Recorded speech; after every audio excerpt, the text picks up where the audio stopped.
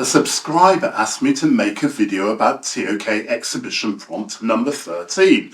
How can we know that current knowledge is an improvement upon past knowledge? And we're all about helping the community of ToK learners, so here's that video.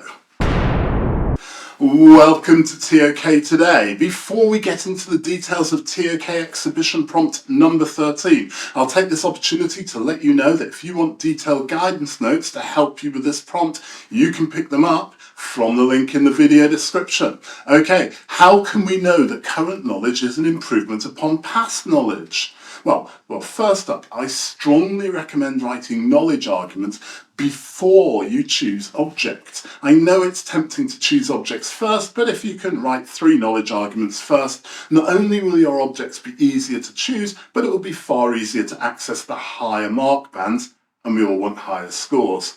So, here's a student who wrote the knowledge arguments before choosing his objects, and here's a student who chose his objects before writing the knowledge arguments. I think you get the idea.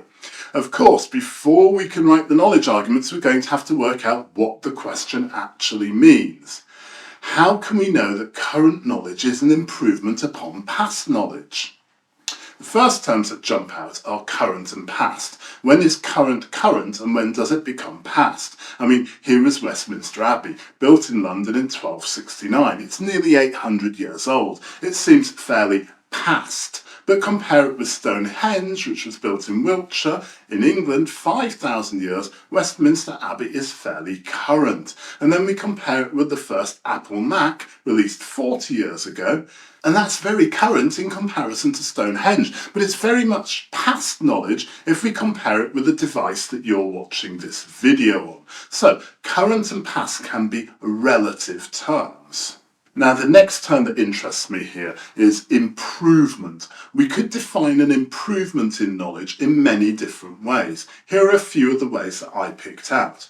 The current knowledge might be more functional than past knowledge. That means it has more uses or usability.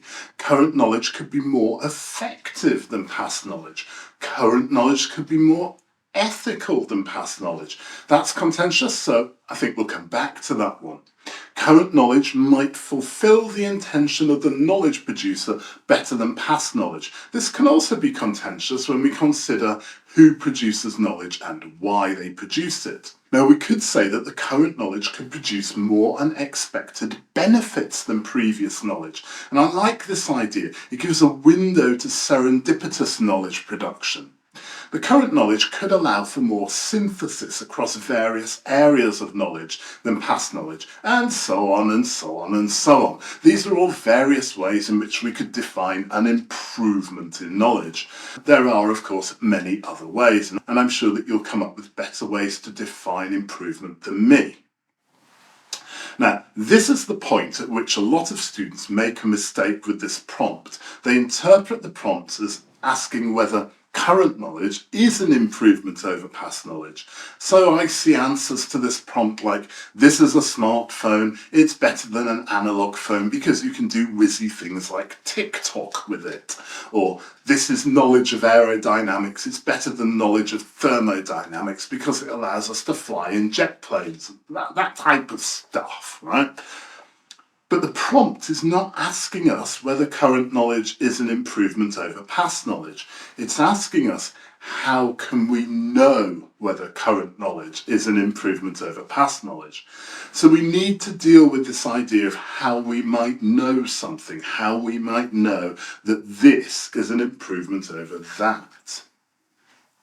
Now, here are a few ways in which we know things. We might have evidence for it. We may be able to measure it. It may be observable to us. We may have experienced it. We may be able to compare current knowledge with past knowledge, and so on and so on. There are many, many different ways to know things, and I'm sure that some of you will be able to come up with better ways than I can. Now that we've unpacked the prompt, we can start to write some knowledge arguments, my favourite thing. And to write the knowledge arguments, I'm just going to join together the two important parts of the prompt. That's how we know things and ways to define improvements. So, knowledge argument one is, we know that current knowledge is an improvement upon past knowledge when objective evidence demonstrates current knowledge is more effective than past knowledge. Now, I've taken the concepts of objectivity and evidence and joined them with the concept of the effectiveness of knowledge. Knowledge argument two is, we know that current knowledge is an improvement upon past knowledge if it is reasoned to be more ethical by contemporary standards of ethics. Now, this is a contentious one because some people would argue that we can only assess ethics by the standards of the time in which we live. And one of the counter arguments to this is to focus on the methodology of assessment rather than the context of the assessment. So I've written this knowledge argument to use reason as the means of the methodology of assessment by which we know that the ethics have improved. Now, the final knowledge argument is that we may not know that current knowledge is an improvement upon past knowledge if our knowledge of improvement is mainly derived from the experience of the knower. Now, I've been a little contentious here by taking the line that we may not know something.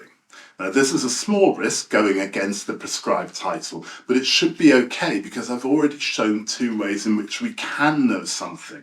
So now I'm taking a more critical approach to the question.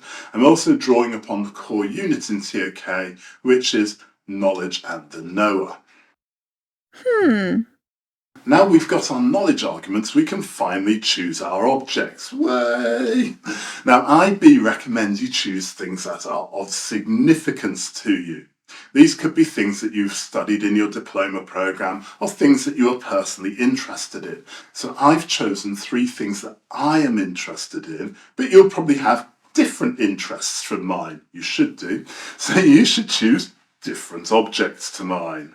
The first knowledge argument is, we know that current knowledge is an improvement upon past knowledge when objective evidence demonstrates current knowledge to be more effective than past knowledge. The object that I've chosen to demonstrate this knowledge argument is a scientific epidemiological report from the US Centre for Disease Control on control of the viral disease smallpox through the use of the smallpox vaccine.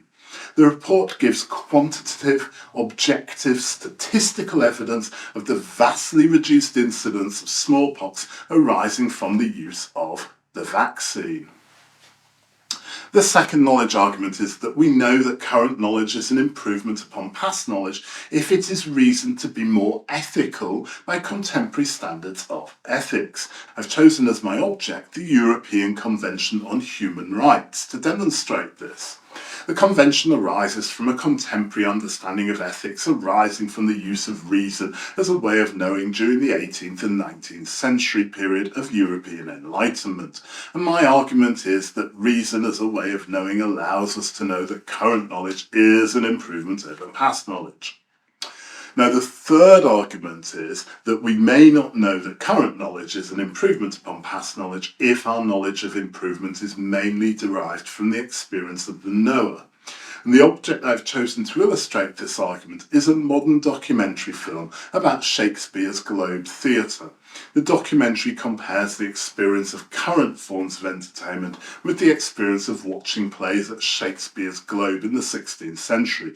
My argument being that if we measure the improvement of knowledge in terms of the experience of the knower, then we can't be certain that the experience of contemporary forms of entertainment are necessarily an improvement over past forms of entertainment.